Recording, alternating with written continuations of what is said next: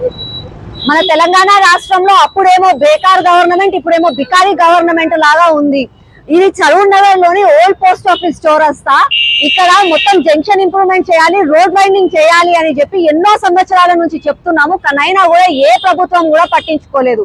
Recent గా 2 నెలల క్రితం జోనల్ కమిషనర్ గారిని తీసుకొచ్చి ఫిజికల్ గా కూడా ఇక్కడ అవుతున్న ప్రాబ్లమ్స్ చెప్పడం జరిగింది. కానీ దానికి అదంతా ఎస్టిమేషన్ వేసిన తర్వాత కూడా అది ప్రభుత్వం దగ్గరికి పోతే వాళ్ళు ఏమంటున్నారంటే ప్రభుత్వము ఉద్యోగస్తులకు జీతాలు ఇవ్వడానికే దిక్కులేదు, ఇక ఇవన్నీ మనకు అవసరమా అని చెప్పి ఫైల్ తీసి పక్కన పట్టేసిండ్రు.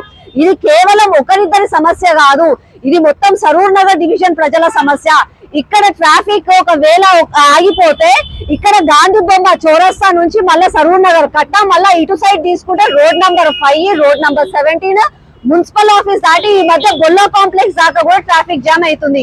ఎన్నిసార్లు చెప్పినా కూడా చూసి చూడనట్టే ఉంటారు. ఇక మన రాష్ట్ర ప్రభుత్వంలో ఉన్న రేవంత్ రెడ్డి గారు ఆయన కేవలం ఓల్డ్ సిటీకి చార్మినార్ కి మాత్రమే ముఖ్యమంత్రి లాగా ప్రవర్తిస్తున్నారు, కానీ మన సరూర్ నగర్ కి వేరే నగరాలను పట్టించుకుంటలేరు.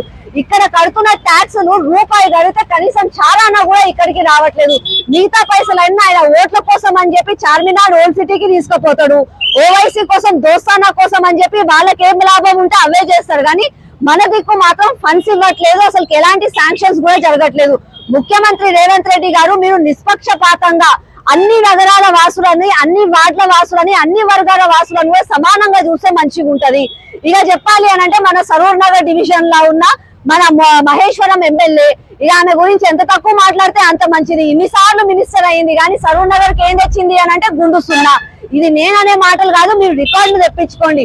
అత్త సొమ్ము అల్లుడు దానం చేసి రుబాబ్ చేసినట్టు జిహెచ్ఎంసీ వాళ్ళు ఏమన్నా ఫండ్స్ ఇచ్చి ఏమన్నా చేస్తే వస్తుంది, 50 మందిని వెనుకేసుకొస్తుంది, కొబ్బరికాయలు కొడుతుంది, ఏదో చేతులొప్పి మహానటి లాగా వెళ్ళిపోతుంది ఆమె.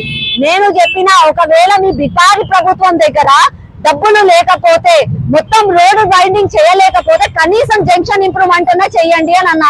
ఈ చౌరస్తా ఉన్న ఇళ్ళన్నీ మా కుటుంబ సభ్యులవే, ఇవన్నీ కూడగొట్టండి, మాకు అభ్యంతరం లేదు, కానీ సరూర్ నగర్ డెవలప్ కావాలి అని చెప్పి ఎన్నో సంవత్సరాల నుంచి చెప్తున్నా కూడా ఎవరు పట్టించుకోవట్లే. నేను ఇప్పటికే చెప్తున్నా జంక్షన్ ఇంప్రూవ్మెంట్ కింద చెయ్యండి అని కానీ ఎవరు పట్టించుకోరు. నేను మనతో పాటుగా మా సరూర్ నగర్ డివిజన్ తో పాటుగా ఇక్కడ ఉన్న స్థానిక ఇప్పుడు మహేశ్వరం ని రిప్రజెంట్ చేస్తున్నారు కాంగ్రెస్ పార్టీ నుంచి కేఎల్ఆర్ గారు, అలాగే మధు యాష్కి గారు ఎల్బీ నగర్ నుంచి, దాంతో పాటుగా లింగోజిగూడ కార్పొరేటర్ మా దర్పల్లి రాజశేఖర్ అన్న గారు, అందరికీ చెప్తున్నా నేను చేసే ఈ పోరాటంలో నన్ను సహకరించండి, నాకు సహకరించండి. ఇది కేవలం ఏదో 2-3 సమస్య కాదు, మొత్తం సరూర్ నగర్ డివిజన్ సమస్య. దీంతో పాటుగా మన చోడీలో ఒక ఓల్డ్ బిల్డింగ్ ఉంటది, చోడీ చౌరస్తాలో. ఆ చోడీలో ఉన్న బిల్డింగ్ కూడా ఇయాలనా రేపా కూలిపోయేట్టుగా ఉంది. అక్కడ డ్రైనేజ్ ప్రాబ్లమ్, ముట్టుకోవాలంటే భయం అవుతుంది. ఆ పురాతనమైన భవనాన్ని కూడా మొత్తం కూడా మన అస్తిత్వం పోకుండా మన చోడీ ఇంపార్టెన్స్ ఉండాలి కాబట్టి అది జంక్షన్ ఇంప్రూవ్మెంట్ కింద దాన్ని కూలగొట్టి చిన్న నమూనాగా అక్కడ కట్టి, ఒక దిక్కు ఏమో ఐ లవ్ చోడీ, ఒక దిక్కేమో ఐ లవ్ సరూర్ నగర్ అని చెప్పి జంక్షన్ ఇంప్రూవ్మెంట్ చేస్తే ఒక బ్యూటిఫికేషన్ ఉంటది, మన సరూర్ నగర్ కూడా డెవలప్